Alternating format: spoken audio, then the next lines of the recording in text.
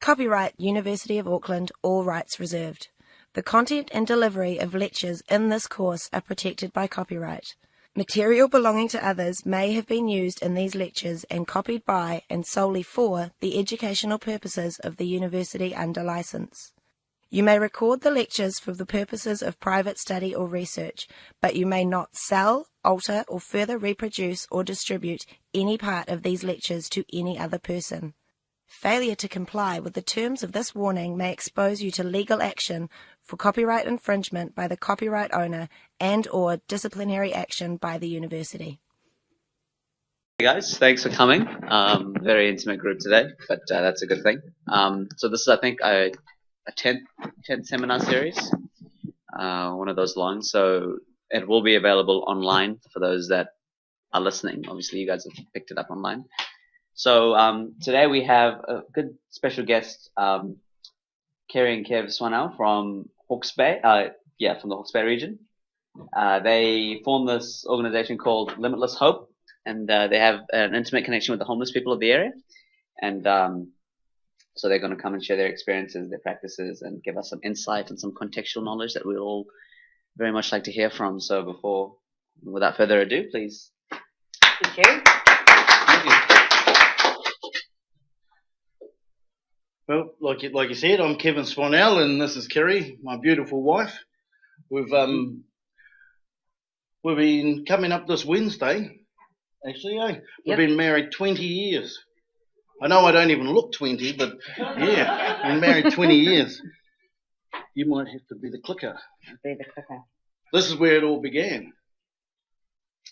This is Kerry over here. I was 19. And she was 18 when we got married. We actually met each other when I was 17 and she was 16 when she got pregnant with our daughter, who's just turned 23.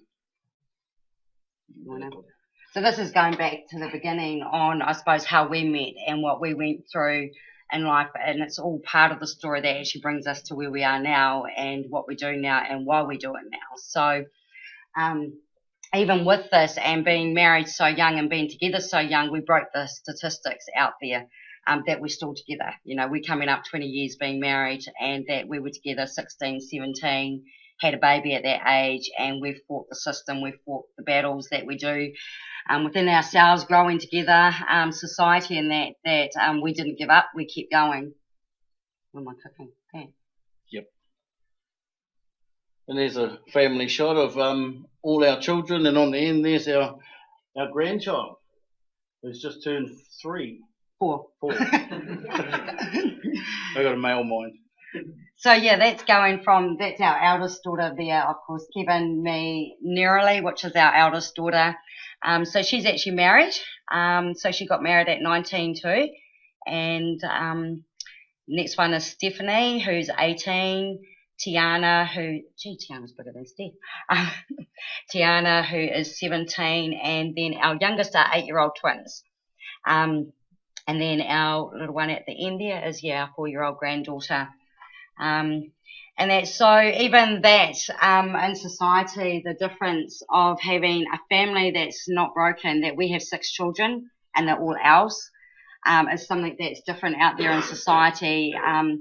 And that we know that a lot of our teenagers sometimes go to school and come home saying that it's not the norm to go to school and mum and dad are still together. And, there's nothing wrong with that. It's just the way that society is now. And I suppose the different dynamics of how people live and different issues happen.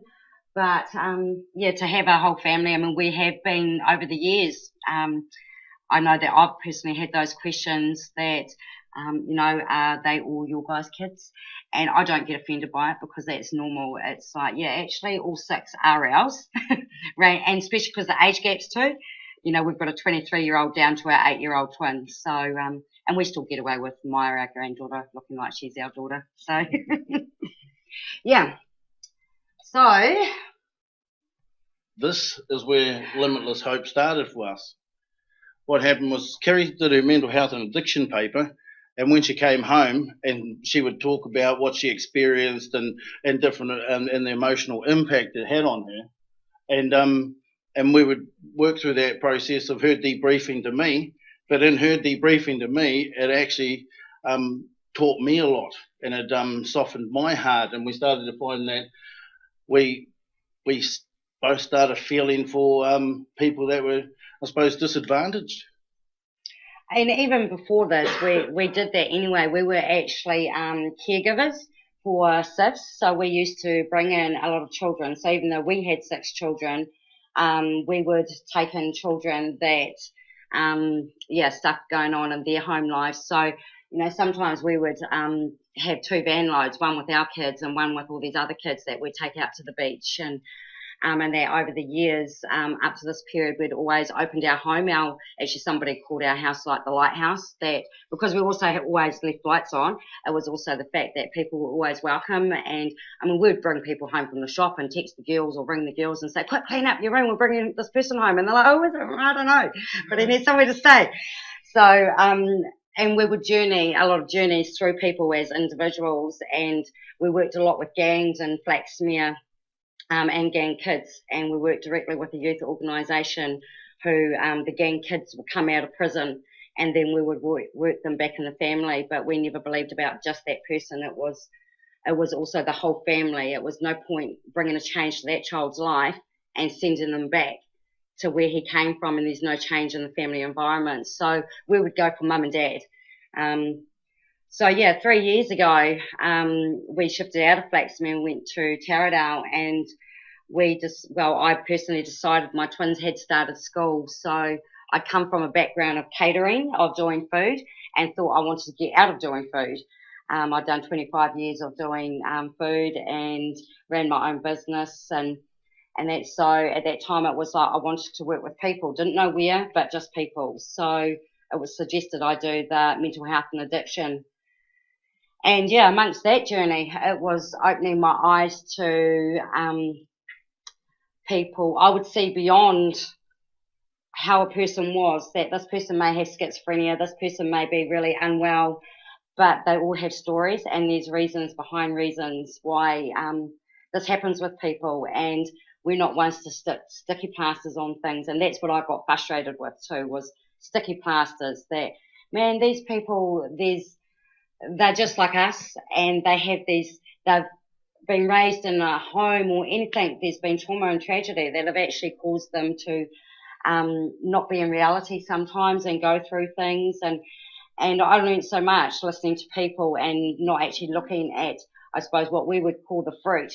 It was actually wanting to get to the root of what's going on in somebody's life. So, it was there that Kev and I had also learned as a couple to debrief to each other all the time as well. So he was my bouncing board. I'd come home and we'd talk and cry about people and stories and all that. So, and then that's... I'm quite sure what got her through this course was really a case study on me and living with me all these years. But I was so proud of her when she passed this course, and she's going to go on to further study, but she's just been so busy. She works sometimes from early in the morning to late in the afternoon into the evening, and sometimes at evenings almost 4 or 5 times a week. So she's pretty full on and flat out in what she does. I'm currently at EIT studying social services, and we'll get to the reason why I'm studying social services a bit later. But this is what really changed our lives, and softened our heart up to reach out into the community. Even though we had done some stuff with helping people, we've had solo mums come and live with us, and we had one case where that Kerry touched on with SIFs, where we had a young boy who was 14 years old, but he probably had the mental capacity of a 12-year-old, and his communication skills were very poor. When you talked to him, his acknowledgement was with his shoulders and shaking his head for no, and it was really quite difficult to communicate with him. And a lot of it was because he had gone through a lot of trauma in his life. And at 7 years old, he had been put in hospital by one of Mum's boyfriends, and it just made him withdraw. And that was really a lot of the reason for his behaviour issues. But when he came and lived with us, he became part of our culture, and he became part of our family, and he got treated the same as the rest of my kids. He got explained what the rules and boundaries and expectations of him were, and he thrived in that arena. It was really when he was taken out from our care and put in another placement was when the boundaries were blurred and he went off the rails a little bit.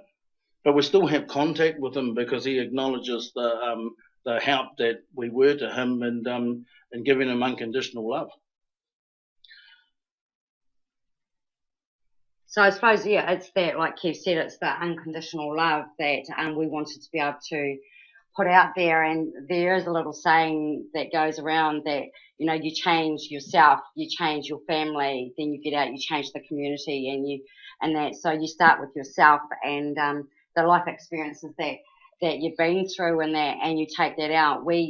Through our marriage and through our lives, we had people that supported us when we went through stuff. We had a violent background, alcohol abuse, and that with our growing up together, and that was part of the lifestyle. But we made that change, and we had people that stood by us and saw potential in us that other people didn't see. And other people would say, you know, get out, stop, give up on each other.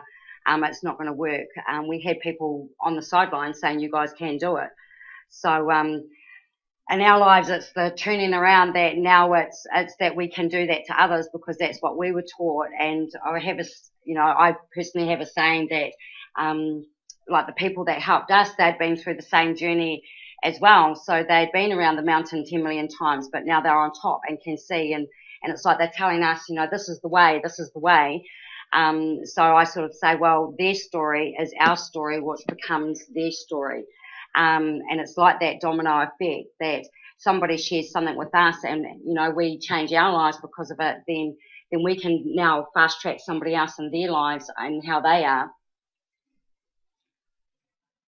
Now, this is where we are now. For the past 3 years, we've been feeding the homeless, needy, and I guess just lonely out on the streets for the last 3 years.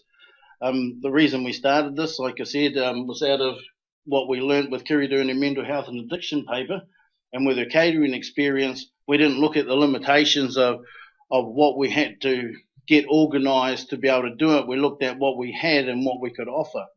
And with Kiri's catering background, she was able to do food, and because I'm an engineer, I was able to put together a drip tray and stuff like that.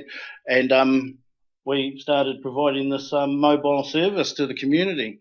And on the first night when we went out there, because my family's born and bred in Hawke's Bay, and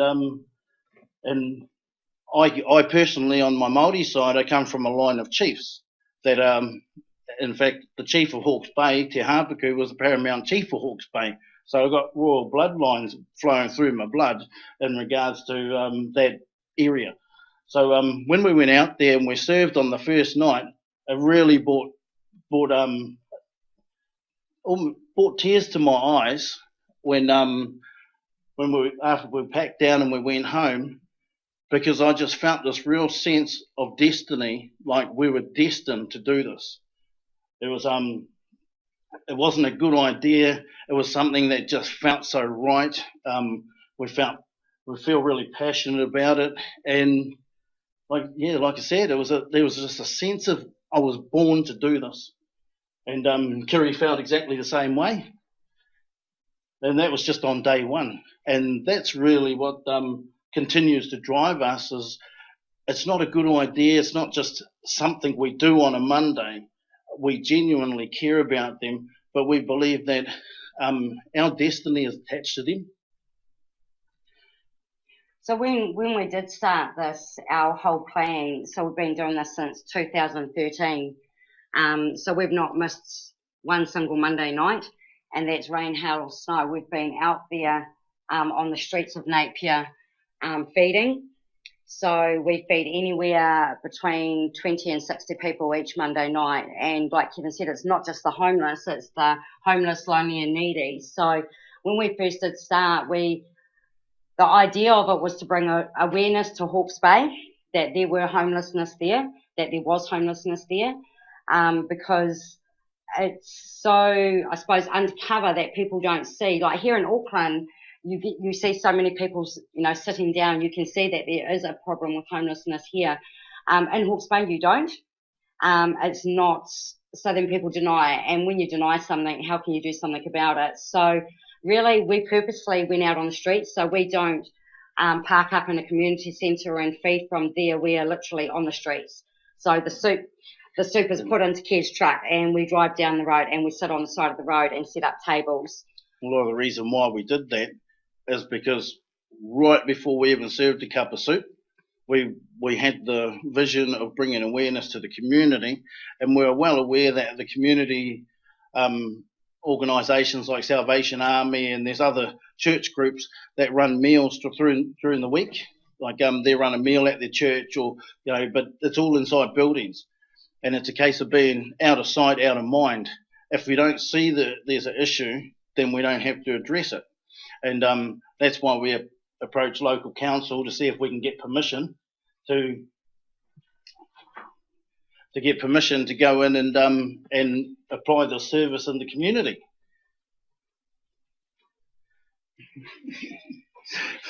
You're fine. Come in. Special, you're allowed.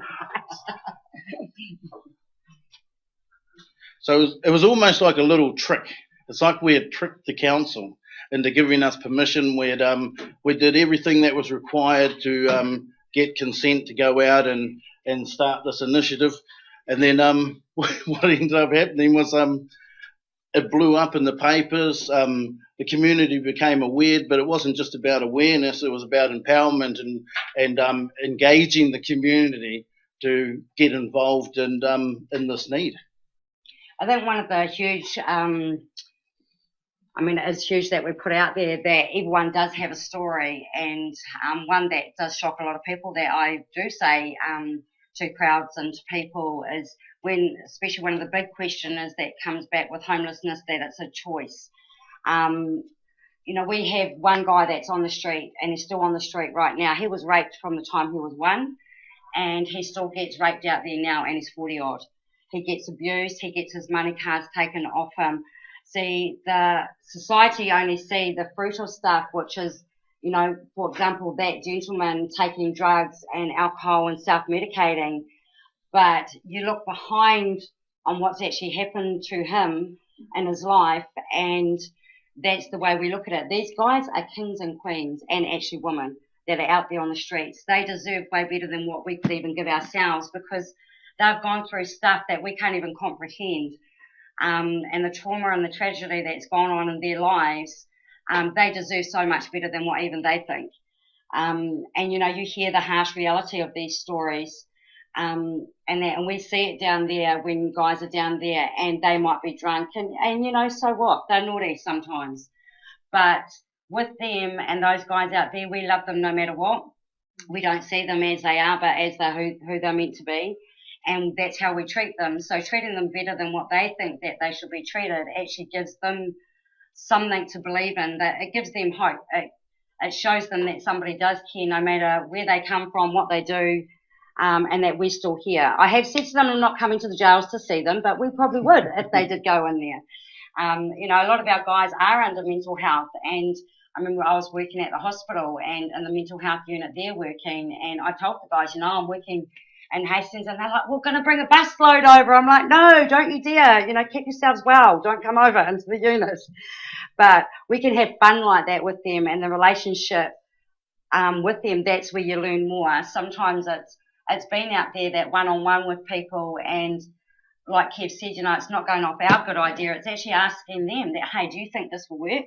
Do you think that will work? We can put all these great things into place and that for people, because sometimes actually a lot of the time with these guys it's not even food that they need, it's actually just relationship and friendship, but then it's also like if we all sit around a table and we eat food together, we're going to talk about our lives. So what we do is we take tea to them. So what we're doing in the middle and the centre of town is we're sitting around a big table and we're eating with these guys and actually hearing their stories, and they trust us now that they do tell us their stories, which tell us Some their of them stories. are Some quite we don't funny. want to know, but but they know that it's safe with us, and that as well. And it means that people share their stories and their good and their bad stuff. It means that's workable because you know that you've got honesty out of people. So yeah, it's this picture here. This is actually a guy down in on the beach. So this is actually a real homeless guy. My son-in-law, or our son-in-law, actually went down there and saw him sleeping there, and he had his alcohol beside him, and that's the reality. That some people think that's not in Hawke's Bay, and it's like actually it is. And then on our Facebook pages, there's, you know, we ask the guys for permission, and now a lot of them run to the cameras because they think it's so much fun. The actual homeless guys. I think one of the biggest things that we contend with is people's perceptions on homeless. Like Kerry touched on, we're always getting told, oh, they choose to be homeless. You know, that's what they choose to do because they want to spend all their money on drugs and alcohol. Yes, there is a choice there, but they have limited options, and that's the key there. Is that there's a lot of people that have the perception that we're born into this planet with equal opportunities, and two kids can grow up and be the same. One could be a lawyer, and the other could be a homeless guy.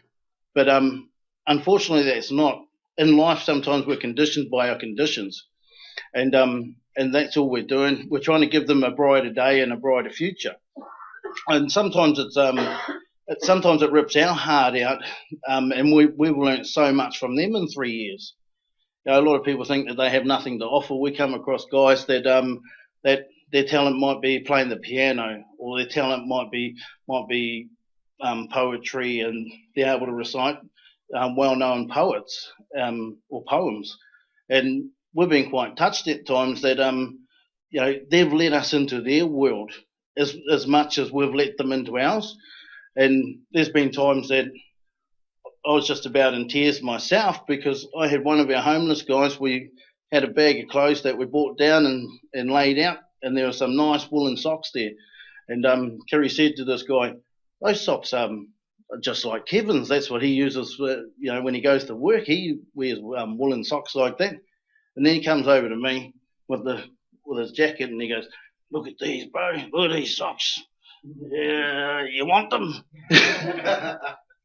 But they were prepared to make a little bit of a sacrifice because they appreciate us reaching out and just loving them. And I think the other key to that we use to building a relationship with them is we don't talk down to them. It doesn't matter what mental state they're in. They know they're in charge of their behaviour. So if they're playing up, we will growl them. It's like we've got 6 kids of our own, but then sometimes it's like having more kids because, you know, don't you throw that cup of soup at that other guy. I don't care what your issue is with him. There's no violence down here. And even though it's a lot of fun, there are times that it's quite tense. Me and Kerry have had to talk to drug dealers and tell them they're not welcome to come and sell drugs or collect drug money or beat up on the homeless. And he didn't put up much of an argument. He just got very quiet with me and didn't talk to me for about 3 weeks. But I'm serious about helping these guys. We got council and police permission to be there. And like I said to the friendly drug dealer, I will enforce the fact that I have access to the police to come down and take you for a ride. And yeah, he didn't really like that too much. See, a lot of these guys have never ever had somebody that protects them, you know, through their lives. They've been the vulnerable ones, and at the moment they still are the vulnerable ones, but they know that with whatever we have, we will protect.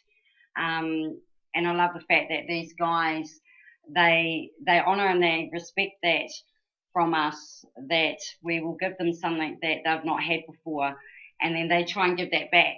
You know, when some stuff was in the media one time and our guys, they were getting food given to them left, right and centre, from the public because people were starting to come aware, so they were giving food to them. But what these guys were doing, that if it was too much for them, they were separating it and then going finding other people who didn't have food and giving it out.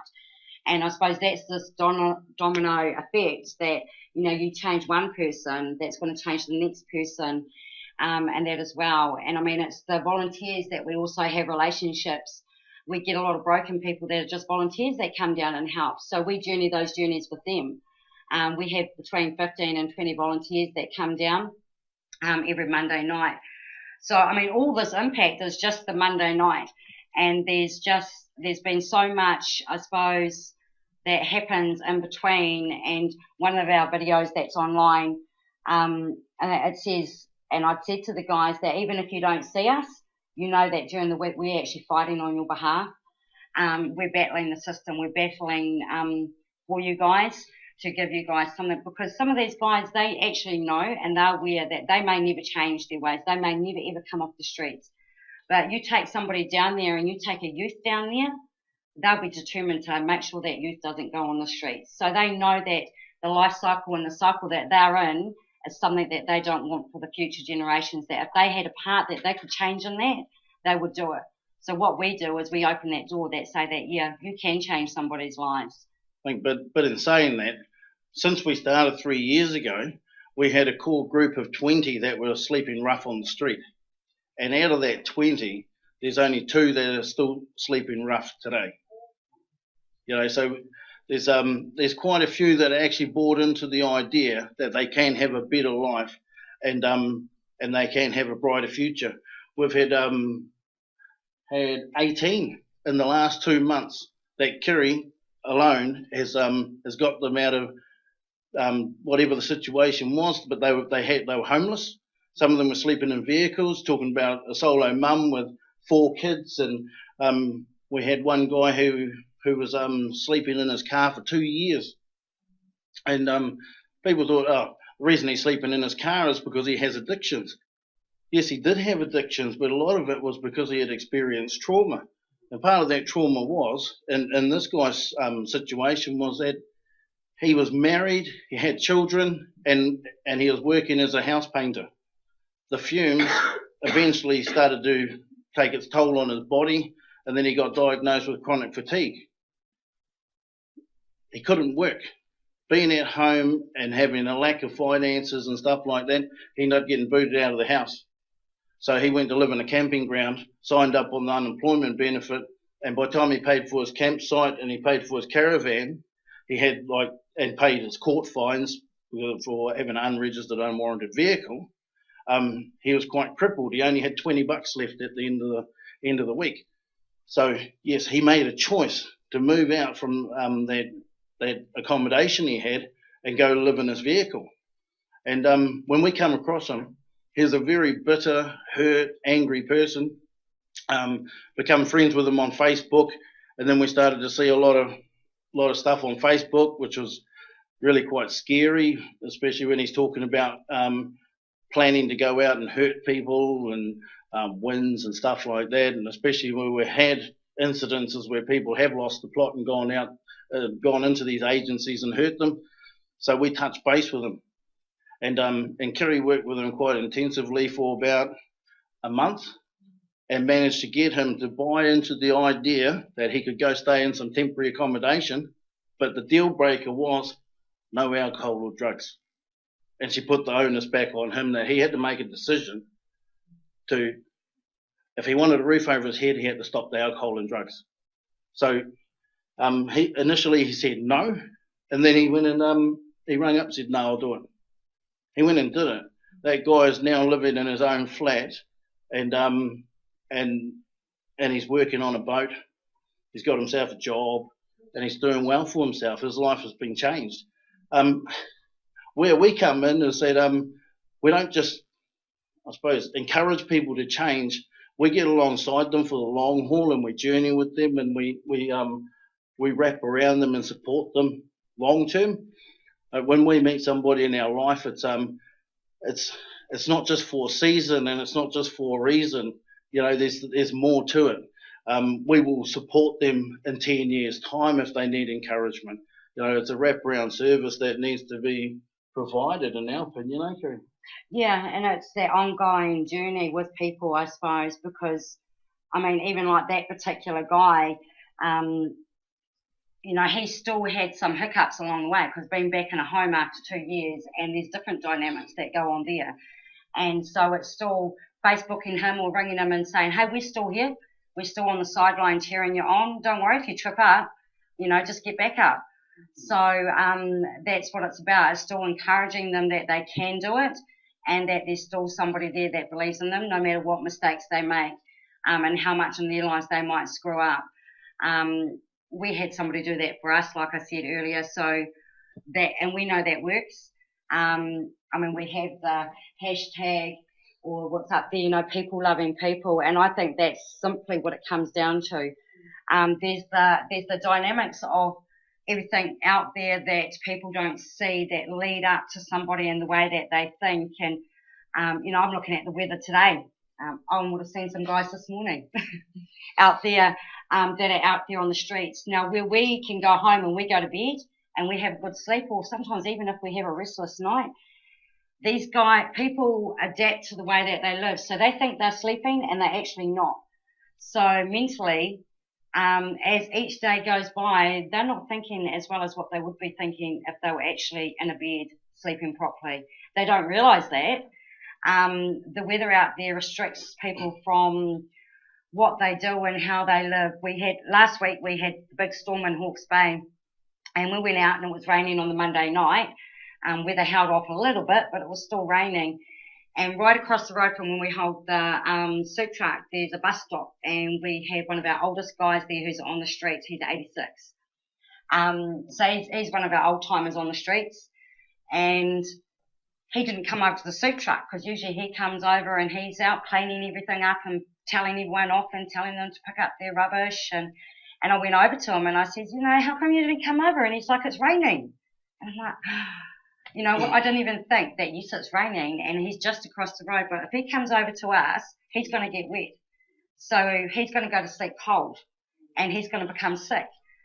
So that's the first time he's ever done that, because that's really the first time it's been raining like that when we've been out. But the understanding of that he can't just go and get changed. He'll have to, so it's actually better and healthier for them in a sense not to eat, not to go out in the cold and the rain. It's better for him to stay in the shelter where he is.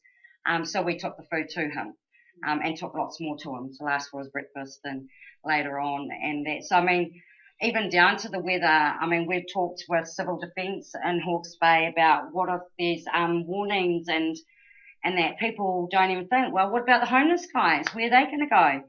How do they find out where to go in safety in a tsunami or whatever that might hit Napier? And that, so now we've started putting a bit of protocol there around who we can contact. Then we've got a contact out on the street. And that we can get to and let them know, hey, go to this place, go to that place, or we'll start meeting you somewhere. Because at the end of the day, if anything happened like that, it's going to be our homeless guys that actually know what to do. How to live on the streets, we don't know how to do that. These guys will actually, they're survivors and they will know how to survive out there. So it will end up being us running to them asking for help. See, when Kerry's talking about these guys and living on the street, if you look up Limitless Hope 40-hour challenge, in the early days, we decided as part of our research that we needed to get out and actually gain some understanding and insight to what these guys go through. So me and two other guys, and we had a homeless guy as our guide, went and spent 40 hours on the street. I finished work at 4 o'clock on a Friday, and then at 5 o'clock, I was homeless till 10 o'clock Sunday morning. I actually didn't get home until 12 o'clock Sunday morning, but we spent 40 hours out on the street, and it absolutely blew my mind, the emotional impact it had on me, because I went out there full of beans and full of hope, and I thought it was going to be a walk in the park, or in this case, a sleep in the park, but it was actually a lot harder than what I thought, having to deal with the way people looked at me as I walked down the street, because I had a homeless guy with me, and I was guilty through association, because I had a pack, he was in dirty looking clothes, and scruffy looking, then I was homeless. And there were two responses I found, was that people either looked you up and down with disgust, or they turned the other way and I can't see you. And I was absolutely blown away. And I came across a homeless guy that was sitting in the gutter, a grown man that we had been dealing with for about 3 months. And a month earlier, he had got himself a house and everything was going fine. And then I come across him sitting in the gutter with his dog, crying his eyes out, and he was really crying. He had this snot going down his face and he could hardly talk. And we were, what's going on, man? And this guy looked at me and he goes, oh, I'm back to square one. I don't know what to do. I don't know what I'm going to do with my life. All I got is my dog. And I tried to talk to him, but he was that broken that he said, I can't talk right now. I've got to go. And he just walked off with his head down. With me experiencing the way society had treated me over a 2-day period and then coming across that on a Saturday night, it actually broke me. I was, my mate said, oh, let's go get a hot Milo. And I said, you go get a hot Milo. I can't deal with this. I need to get away from people. I've had it. And I was sitting there crying, you know, because I've been a Christian for 23 years, and that emotional impact it had on me, I felt hopeless. All I could offer him was a prayer. And then because the conditions had broken me down so much over that 3-day period, I felt like my prayer wouldn't even work. You know, and I thought, man, we need a homeless shelter. We need something tangible that we can put these guys up so that we could build them back up again, build their hope up. And I went home Sunday. It actually took me a week to get myself back to that feeling strong again, feeling like I can conquer the world and nothing could defeat me. It took a whole week for me to get back up. So I can understand it wasn't even 3 full days really. If I had to do it for a week, I probably would have been sitting there with a bottle of wine and sucking on some joints as well, just like these guys do. So that's why when we talk about them being kings and queens and that they deserve more than what we have or what we get, because they go through more, they experience more, have experienced more, and you know, there's times that we go home and we cry over some of the experiences these guys have. We have our whole family involved. The reason why we have our whole family involved is that we want to change the next generation. We don't want to just be the Kevin and Kiri show and it's just us doing wonderful things and our kids are thinking, oh, you guys are doing good. We want them to actually have the heart and the compassion because they're the future. They're the game changers. They're the ones that are going to go and make a difference in the community far greater than what we can, because we started off in this world damaged goods ourselves. And we had to build ourselves up to this state. Our kids can start off where we're at now. So investing into our kids was very important to us, because if we don't invest into our kids, how can we invest into others out there? And so we've had our children down there, and our children have been crying because they've been blown away by a man that could only drink half a cup of soup because he's had nothing in his belly for 4 days, and his stomach shrunk that it can't take a bun and a soup. You know, so our kids have really been involved. Our 18-year-old daughter, she went into her introduction to social services at 16 and a half years old, because she had been coming out for about 2 years serving in the community, and she didn't fit into the education system, didn't fit into the peer groups that were there, and she felt rejected, used to get bullied and stuff like that. So I gave her permission to leave, but she had to get further qualifications, and that was it. 16 and a half. She was getting called by all her mates on Facebook a high school dropout, but she's qualified in social services. You know. And I think that's what it is. It's about teaching, you know, your kids. And that, I mean, we want to be able to teach our children that if somebody falls over on the street and you walk past them, don't turn around and think that's somebody else's problem. You actually stop and you help that person back up. And that's what we want to teach them. One of our sons, Makarios, and he was 10 at the time, and he was in after school care. And the teachers rang me up and they said to me that they were freaking out that Makarios had been attacked by this boy at the holiday program and had him pinned down and strangling him. And Makarios was just yelling out for help. He wasn't reacting to what this kid was doing to him. It was the teachers that actually freaked out more. And when Makarios come home, and I said, Makarios, like, how come you didn't even try and, react to a kid doing that to you? And he's like, but Mum, you don't understand. His dad has left. And it's like, for a kid at that age to understand that this is the fruit, it's not the root of what's going on in this young boy's life, it's like, well, that's our job done. If that's going to start at 10 years old, teaching a child that that's how you look at things, that it's still not okay to do that. But there's other stuff going on in this boy's world, and that's why he did that. I thought was pretty awesome. And I mean, that's what we want to teach our kids. We want to teach them so that it's not, that they go to school, they share those stories, that they tell people when they say, stop, do you know what's really going on? And that as well. I mean, we strongly work with two different types of homelessness.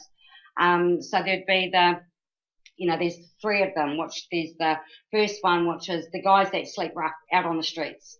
The guys that live out there. There's two, which is that's families and people living in cars and in garages with nowhere to go. And then there's three, which is the overcrowd people that they still haven't got a home of their own, but you're getting 2, 3, 4 families all living in one house. So we strongly work with 1 and 2. So 1 and 2 is there is families out there, and I mean that's the 18 that we've managed to get off the streets in the last 3 months. That is working really strongly between WINS, Housing New Zealand, and motel owners. We had a mum just last week. She had 5 kids, and she got referred to me, and she was going to be in her van, sleeping in her van that day, and no one would do anything or could do anything. So I literally walked into WINS and said to them, right, okay, we've got this mum, what are we doing? I think they get scared because we're in the media all the time, and it's like, if you don't do what I ask, I'm putting to the paper. but I mean, that was a long journey, and there was still this gap in the system that here was going to be this mum in her van with 5 kids. And it's like, what do you do? It's like, we haven't got enough room. We'd actually literally taken home a 15-year-old kid a month ago, so that was on the street. So yeah, watching this mum and go through this and the whole dynamics of even that, and mums who can't provide, or even dads who can't provide or feel like they're not providing for their children, then comes the mental stuff that's going on with them, that they feel useless, they feel against the system, they, and that's sometimes when we want to just give our kids over because we can't even look after them. And a lot of the time it's the system and it's society that actually pushes people into that place. There's no gap to even allow hope in there for people. So, I mean, yeah, last week was pretty amazing, and that with that mum, that she was in this little wee 2-bedroom motel unit. We're running out of backpackers and motels in Hawke's Bay that will take families because there's too many families in that are out there that are sleeping in their cars under bridges. There was all in the paper a few weeks back. There was a mum with 2 kids, 2 babies sleeping under a bridge for 2 weeks. That shouldn't even be happening. But sometimes people, they just get broken down so much, they don't have time, they don't have the energy to fight and even know where to turn to. So what we do say to people is, you know what, we'll fight for you. You give us the boxing gloves, we'll fight, and when you're ready to get back up, we'll hand them back over. So it's not about us doing all the work for them, it's just about us taking that time out, doing it for them for a space and empowering them back into doing it again for themselves. So yeah, last week that mum, she was on deadline, going to be out of the motel on the Friday and had nowhere to go.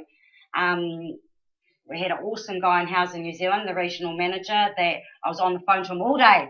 And he rang up that afternoon and said, we've got a house, she can shift in tomorrow. And it's like, yes. So, I mean, this mum now can sleep. This mum can settle her babies. We watched a mum last year commit suicide, and she was actually a friend of ours, and that was a family that we worked really closely to. And he was from Black Power, and he wanted to turn his life around. He wanted to change, but he also didn't know how to love. He didn't know how to love her. So there was a lot of teaching and a lot of time that we had to get in with him and them as individual. But they had no house. He got judged because they had money, they had good credit rating. It was the way he looked. And they had 5 children and she was pregnant. And they ended up staying with somebody in one bedroom with all the kids. She went into deep depression. They went back to Wairau because they had nowhere to stay. They went to a house that me and Kevin went up and saw. No windows, no doors, no water, no power. There were hornets all in the walls. And when I rang up Housing New Zealand, they said to me, well, we class that as a roof over their head. And it's like, you're shitting me. That's unbelievable. And they said to me, if they were in their van, we might be able to do something. And I mean, I was wild because it was like they didn't want to go back to that area in their lives because that's also where the Black Power was and where he'd come from.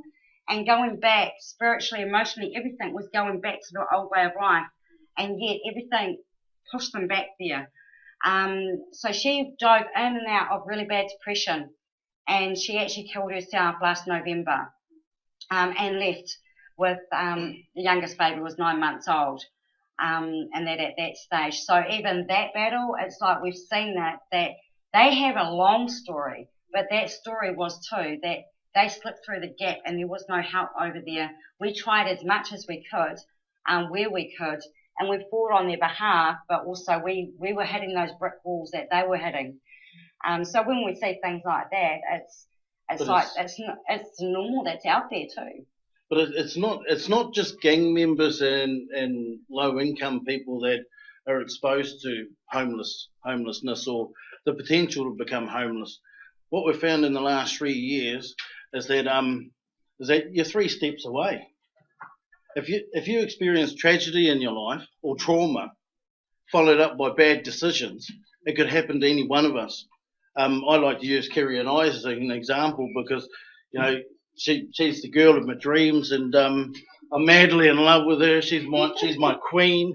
But if she died right now, I don't know how I would process that and be able to deal with the trauma of the loss of my loved one. Let's say that I couldn't deal with that emotionally. I couldn't function in my job. And then my employer said, you're not doing what we pay you to do. You don't have a job. Then I have no way of providing for my children or putting a roof over my own head, which could lead to addictions, substance abuse, which could the final result being I could be living in my vehicle. Well, as long as I have the vehicle until I sell it to cater for my personal needs. But one thing we do find that really motivates us to do what we do is that there's a lot of stuff that happens with guys that live rough on the street that nobody considers. We only consider it because we've been working with these guys for 3 years. Now, we put together these little care packs, and it consists of a toothbrush and soap and 2-in-1 shampoo and stuff like that. And if they have the money, they go and use the pay showers, but they're able to look after themselves. But there's basic things like we got women out there that get their monthly that don't have sanitary pads and stuff like that. The basic necessities as a human. And when you look at Maslow's hierarchy, all we're trying to look at is cater for their basic needs, food and shelter. We're able to provide the food side of things. Where to next is we want to set up an emergency shelter that has a revolving door that we don't have people camped up there for the next 10 years. And even though I think that was the intentions of Housing New Zealand, was to get people all into houses so they got a roof over their head. Their basic needs are met. What's happened is that people become attached to that house and they stayed there. They had the intention of having a revolving door, and as they got better employment and got more money, they're able to go get a private rental and pay a little bit more. And then that opens up someone who's unemployed to get cheap accommodation. We don't want to get caught like that. We want to have a revolving door, but the only way we have a revolving door is by having an open door to organisations. Like we've been building relationships with Housing New Zealand and Work and Income. We've tried with a few other organisations, got MSD, not MSD, got Directions that are dealing with homeless youth with us and a few other youth organisations. But where we see this going is that we need to see collaboration between non-government organisations working together, and it would be nice to see some legislation around this, because other countries have legislation, but also see some defining of criteria and also, I suppose, adjustment of the Privacy Act. Because in a lot of cases we've seen you've got 5 government organisations that are all working with one person, and that one person has taken the resources and time of all these agencies, where if they spoke together and communicated, then you'd probably get one person dealing with one person, probably spend a little bit more time to see the need get met, rather than getting shuffled around all these agencies and accomplishing nothing. So in regards to criteria and legislation, that's only going to, in my opinion anyway, is that's only really going to come from non-government organisations working, collaborative together, so that we can see some changes in New Zealand. Because government agencies aren't going to kick up a fuss, otherwise you won't have a job. So we've been trying to work with other non-government organisations and government organisations, because we need to have a voice. Like Kerry said, we're putting on gloves and we're fighting for people that haven't got a fight in them or have lost their fight. Some people haven't got a voice. They need somebody to be a voice and speak up for them. And with the emergency shelter, so we actually did get given a building 3-4 months ago now through property brokers. And that was, I mean, we actually talk a lot about divine appointments. Every single person that we come across, whether they're on the streets, whether they are volunteers, the people that we come across, we believe in divine appointments. There's a reason for it. And we had actually gone into town because got a little bit of righteous anger with the council putting up all these bars around the place, like jail bars, specifically to stop the homeless guys from sleeping in there. And I mean, our frustration is like, that's not solving anything, that's just moving them. That's not doing anything for them. So I'd gone in there to take photos, and then I was going to put it on Facebook, and, you know. But anyway, we also were in the middle, or Kevin was in the middle of setting up our business plan, and we got to the financial forecast. So I thought, well, we'll just walk into property brokers and ask them, you know, how much are houses? How much is land? All that sort of stuff. And, yeah, a couple of conversations that were in there led to making a phone call as soon as we walked out. And the regional manager of property brokers said, well, we've got a big 2-story house, you can have it. And that was, I was like, okay, rang up Kevin, I'm like, we've got a shelter, I don't know if this is what it looks like, but we've got something. So, and I mean, at that time, it was really awesome. I mean, we had the newspaper come back in and media all over it. We started a emergency shelter appeal at that stage as well. But as time got on, we, you know, one of our divine things, I suppose, is naming it Limitless Hope. So on our journey, we've got to keep looking, is this something that's going to limit us? We don't believe putting ourselves in boxes or other people in boxes. We're not going to put Limitless Hope in a box. And the building, you know, long story short, we actually gave it back and said we can't do it. It was going to limit us. It was only going to give us 6 bedrooms. We know the need is greater than that. It was going to limit a whole lot of stuff around Limitless Hope. So we actually gave it back. But in that period of time, we managed to raise over $65,000 in 8 weeks, and that which was pretty awesome.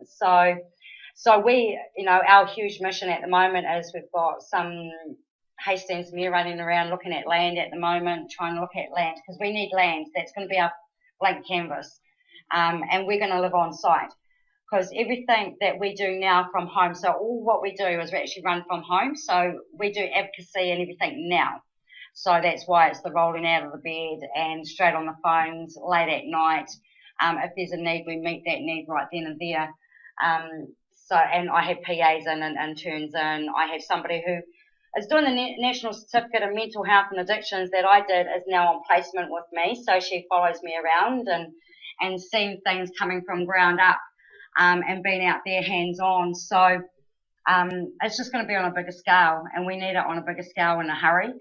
So because we're getting referrals from not only just governmental agencies but non-governmental agencies every 2 to 3 days with families who are that night going to be in their cars, in their garages, or on the streets and nowhere to go. So we're not a real estate agent, so we won't look for houses because some people come to us and, I've been handed my notice, I've got 2 months to get out. And I was like, no, I'm not a property manager. It's the emergency, the right then and there need. You're going to be on the streets tonight, then we'll make something happen. So I mean, we had a family come up our drive about 10 weeks ago, and that was a very young mum and dad, 8-month-old baby and a 15-month-old baby. They'd been in their car for 4 days, and it was wet weather. So they couldn't even go to the park and let those babies out. So those babies were sleeping, sitting up, and so were they for 4 days. So mum and dad were starting to really fight and had no space. The babies were such a mess. They've been around to every agency that they could think of for help in Napier. And then they came up our drive. By 5 o'clock that afternoon, we had them in a motel with winds paying for them.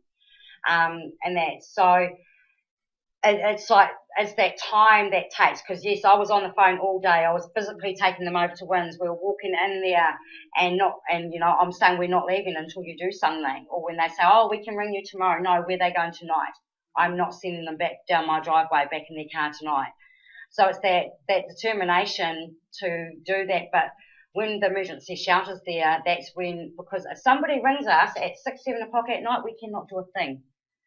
And that weekend, Mondays are one of my busiest days because we run the soup truck, but also after the weekend, if there's even been family dynamics go down, people's houses burn down. People's houses burnt down, no insurance, no help, no family, they're sitting in their car, nowhere to go. That's happened twice in Hawke's Bay, where families have been sitting in their cars and they've lost everything. So if that happens on the weekend or after hours, we can't do anything. So the emergency shelter is that's where you come. We'll give you a good night's sleep, we'll give you food, we'll give you a shower, we'll give all that. Then the next day, we're going to wrap all these services around you, and we've got time to work with people. We'll be running some of those services too, because we're setting up a shelter. Kerry and I had a lot of discussion about this, and we can't rely on, when you talk about sustainability, we can't rely on beds providing income for this. Because if we want to do ourselves out of a job, we want to actually deal with the issue of homelessness in Hawke's Bay. And so we can't rely on that to keep the power on and all that. It needs to be sustainable in another way. So that's where the social services side of things come in.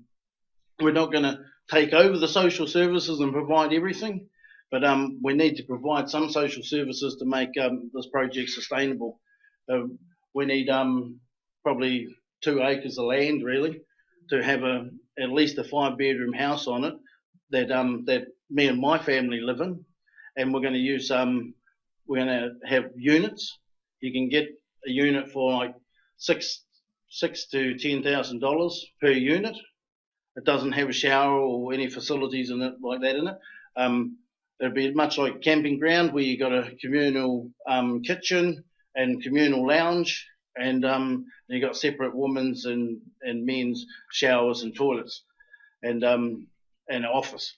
So it's not a huge project, and even when we did some rough costing on how much it's going to cost to run, we're probably looking at between 150,000 to 180 per year. So we're not talking big money, but to start something like this, we need to have at least 2 years budget sorted out. So, because it's no point getting it set up for a year, even though it's a faith-based project, we also have to be a bit professional about it as well. And that's part of the reason why I've gone to study social services, is because I've had people turn around and say, you know, are you guys qualified to work with the homeless? And it's like, hold on a minute, don't complicate it. Am I qualified to love people? Is that what you're asking me? And no. Are you qualified to work with social services? You know, have you done psychology and all that? It's like, you complicate it, you make it all hard. And in fact, when we've looked at criteria and the criteria gaps that people fall through, a lot of that has come because they've come up with a great idea. Let's take child, youth and family, for example.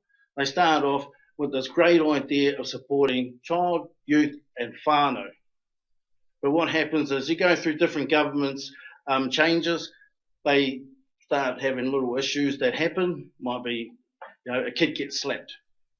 And then they put some criteria around it. And before you know it, they're that bound up and restricted by criteria that there's no room to move. And there's no overlap between these agencies.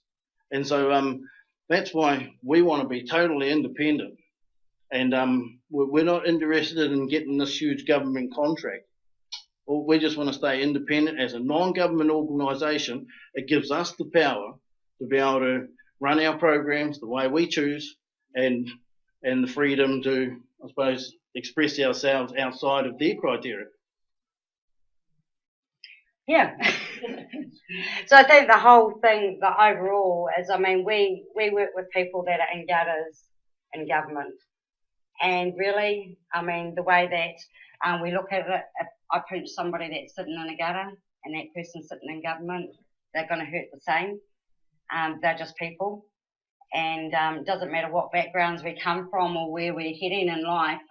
When you've got people around you that are encouraging you in the right direction, it always makes life a bit easier to have somebody that you know is battling for you. So, you know, the overall picture is that, yeah, we're going to get this shelter up and running no matter what. It will be the first model in New Zealand like this.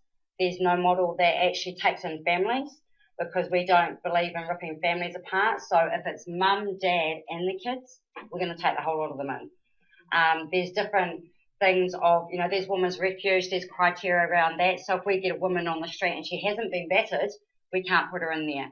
Or if that woman's got a child that's over 14, we can't put her in there. So something like this, it's not gonna, it breaks that.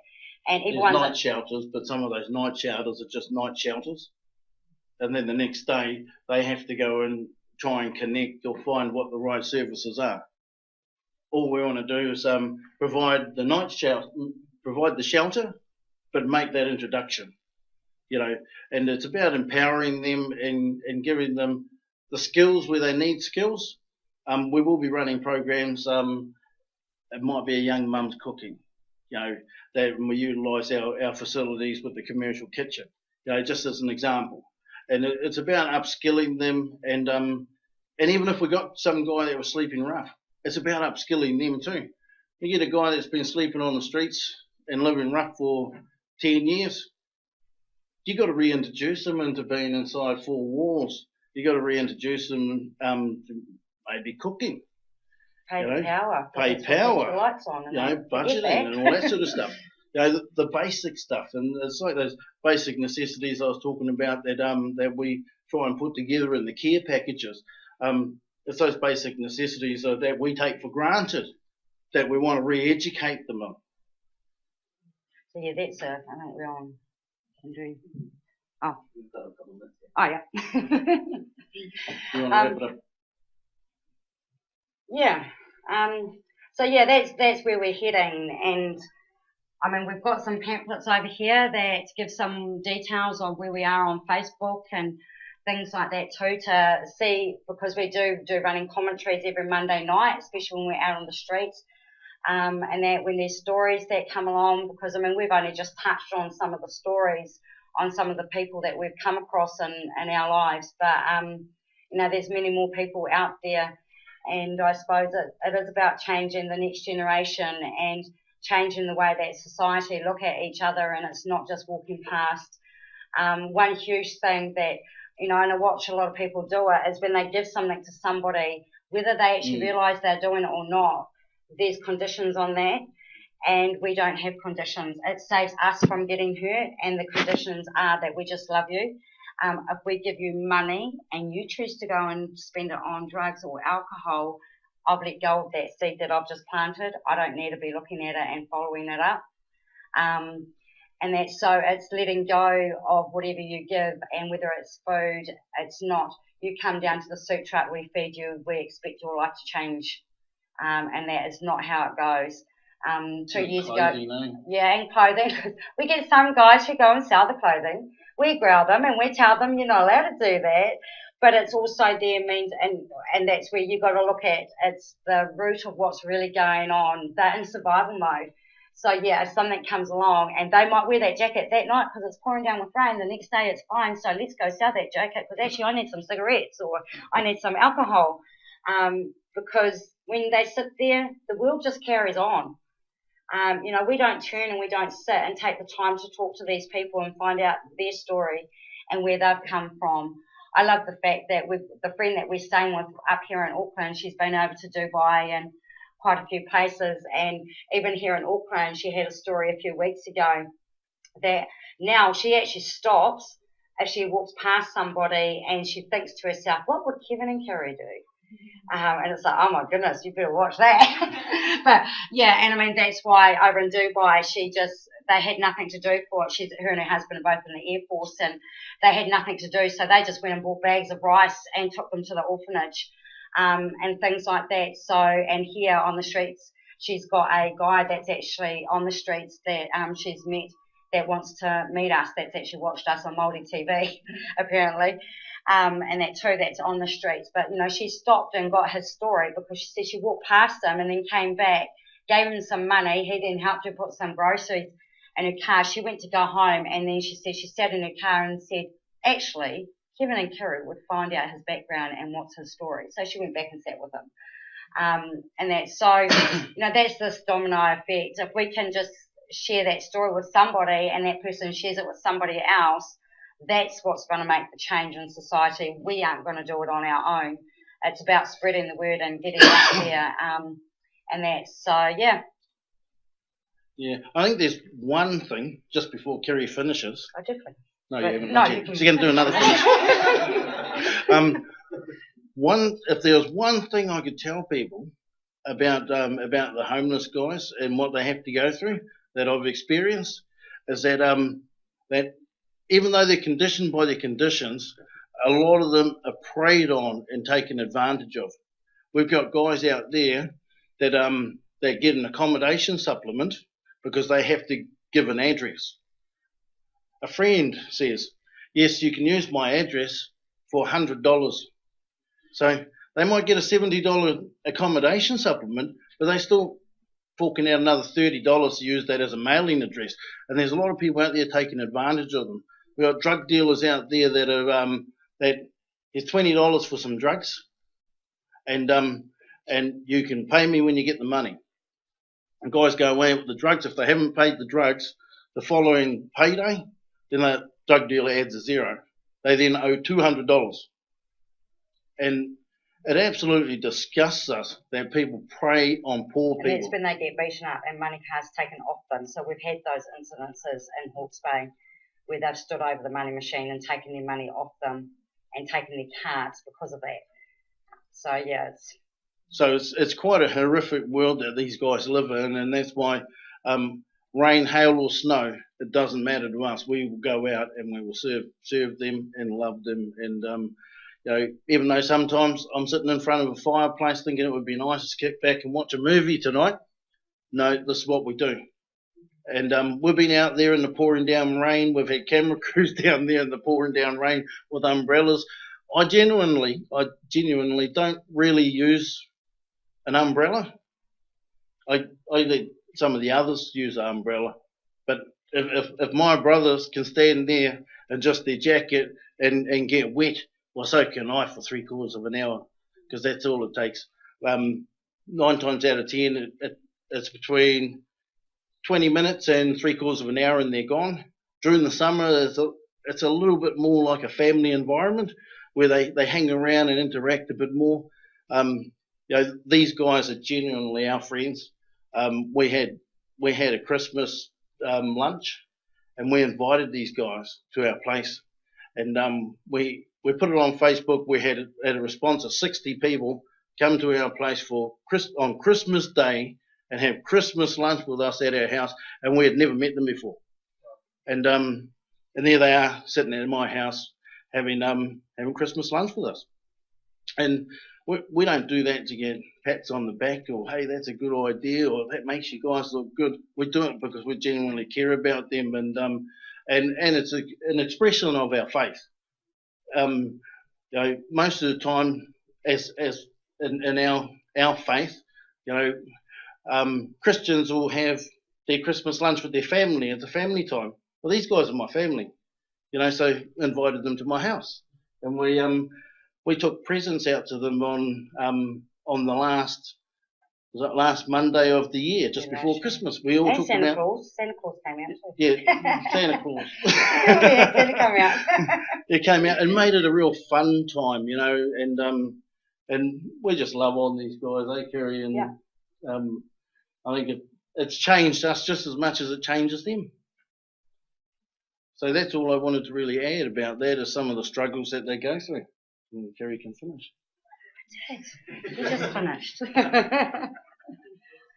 Yeah, no, I think, do you want to go into questions or whatever? Just a comment. Thanks for sharing your amazing story. I mean, like, the stuff you guys do, I had an idea, but you've gone exceeded expectations completely. A couple of things you mentioned, you're passing on to the generations with your empathetic 10-year-old. I mean, that's incredible. And actually caring enough to actually putting yourself in that shoe is 10,000 steps more. 10,000 steps more than the actual organization who actually do it. My question is actually, do you see your working relationships with the official organizations getting better as you're getting more exposure to the media? And I think it's not really through the exposure. I mean, it could be, but I think it's the one-on-one sitting down with people. I think initially we thought that creating a hub would have been good, a community hub where you get a person from work and income, and hey, we all sit around in the same office and we deal with the customer right there on the spot. The problem is KPIs.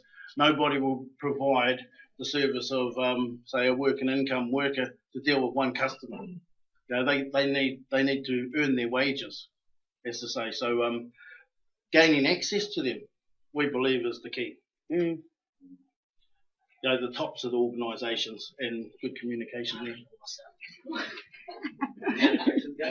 Parking meter. Yeah, I've got to 11 p.m. tonight by accident. Well, when you guys were given that property for the shelter, were there any? Well, I'm not sure the exact location. Were there any objections or negative feedbacks from nearby property owners who see having a shelter there potentially damage their property value? We haven't got to that far, because we, even for that particular house, we actually had to get it taken apart and move it. So we had to find land and actually take that house to that land. One of the problems that the councils did see, because this is Hawke's Bay and we've got Hastings and Napier Council, one of the problems we did see was maybe resource consent.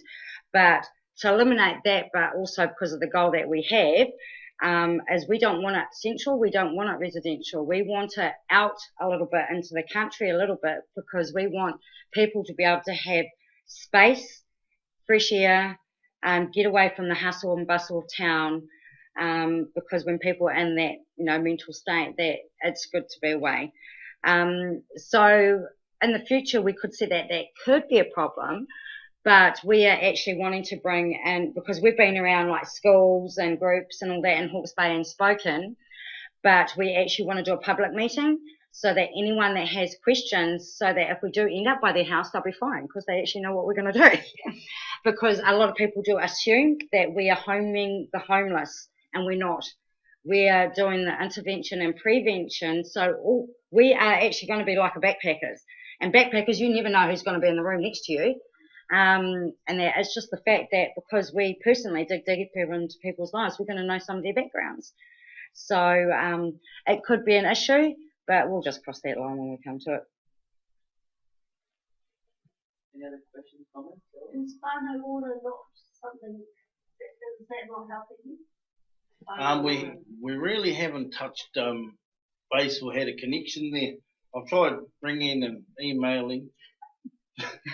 We've tried. We just managed to. Because they're supposed to be wraparound services. Mm. They're supposed to be wraparound upon family. Yep. We just managed to get to have a conversation with the board of directors for Tai Whenua. So Are they running the services, are they? no, but it's starting to happen, and they will probably provide some services because it's about partnership and partnering up with organisations that are actually providing some services.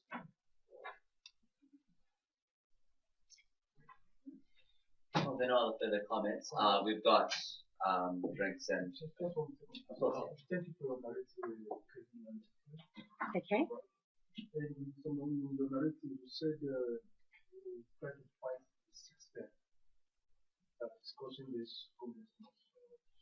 Have we tried? It's the system, fighting the system. What problems actually fighting the system? It's more it's more these gaps in the system. There's no overlapping. So what we want to be, I mean, we get frustrated with the system but it's really because they are in this box and we are not. I mean, if I march into council and, say something, which I have done, they can't fire me. So the system, there's huge gaps. So there's no overlapping. So what Limitless Hope do is we're in there catching them and trying to put them back under where they're supposed to be in the system. But the systems are... I guess to put it this way, a different way, is what we have done is where we've found that a government organisation hasn't been providing the service that they should provide. There needs to be an accountability process. So we go and hammer the manager about the service that we've got from this employee. And then that gets HR involved with the employee so that in future they might provide a better service. I just want to add to that. From what I found in the research last year in Hawke's Bay is that a lot of those people on the street is actually falling through and unable to meet the criteria of these government organizations. Say because homelessness is not exactly being paid attention in terms of the political framework. So you have to have some other additional conditions to be covered by this. So say you have to be a woman that's experienced domestic violence to be sheltered by Women's Refuge. Or you have to have some kind of medical conditions to get doctor help or something from what was the place? Is Wit was one that you went to, So, but what happens is that a lot of these people don't have those criteria, and they just happen, some trauma happened in their life, they just go on homeless, and there's no network for there to catch them. There's no safety net for them to lean back on. I think that's one of the important issues to address, or something for society to look at, where society can shrug off and it's like, look, there's government doing that kind of job, but in reality, it's not that case. Well, I appreciate the fact that homelessness is multidimensional and coming from a very different background. But one of those things you have to look at is the issue of the peer relationship.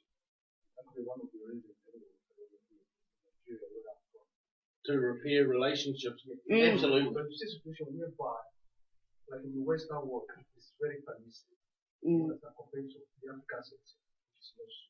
Situation whereby parental control is being removed by the authority, taken to the outer space, so that kind of things, I think we should focus on that area. In Nigeria, I'm allowed to see them, but also try to understand that here, to some extent, you are not allowed. It's not possible. There are cultural issues that I believe come into play because a lot of people used to be part of their own hapu, their own tribe and sub tribe, and then over time moved away from the communal living on maraes and gone into town to look for work, and we get wrapped up in our work, and it becomes about me and my wife and our kids getting ourselves a Harley Davidson and it doesn't matter about our cousin down the road that is struggling or needs a bit of support, even emotionally. You know, we get wrapped up in our own little world and doing what we're doing. And I think a lot of it comes down to identity too. I mean, so many people in society, whether you're Māori, not Māori, if you don't know who you are, and a lot of these people have so much stripped and taken away from them that they feel like nobody and nothing, and that too. So it's about giving them back their identity and who they actually are, and that they're okay to be who they are, because I think that's a lot of, you know, we're told we shouldn't be this way, we shouldn't be that way, or we put in these different categories in life where we shouldn't be. So like all our actions are filtered through our beliefs and our values. So if we can change their beliefs and introduce or educate them on different values, then we're going to see different behaviour. And so that's where Limitless Hope comes in and just tries to bring some hope that they can have a better future. I just want to share that you bring hope, and sorry, we've gotten a little bit late, but like I understand the conversation that you shared. The depth of what you do is you know, is really important. We need more people, wisdom, come together, share stories of how they find, like you said, the root, the root of the causes. But without unconditional love, you know, it's purposeless, because you don't carry the love of carrying something.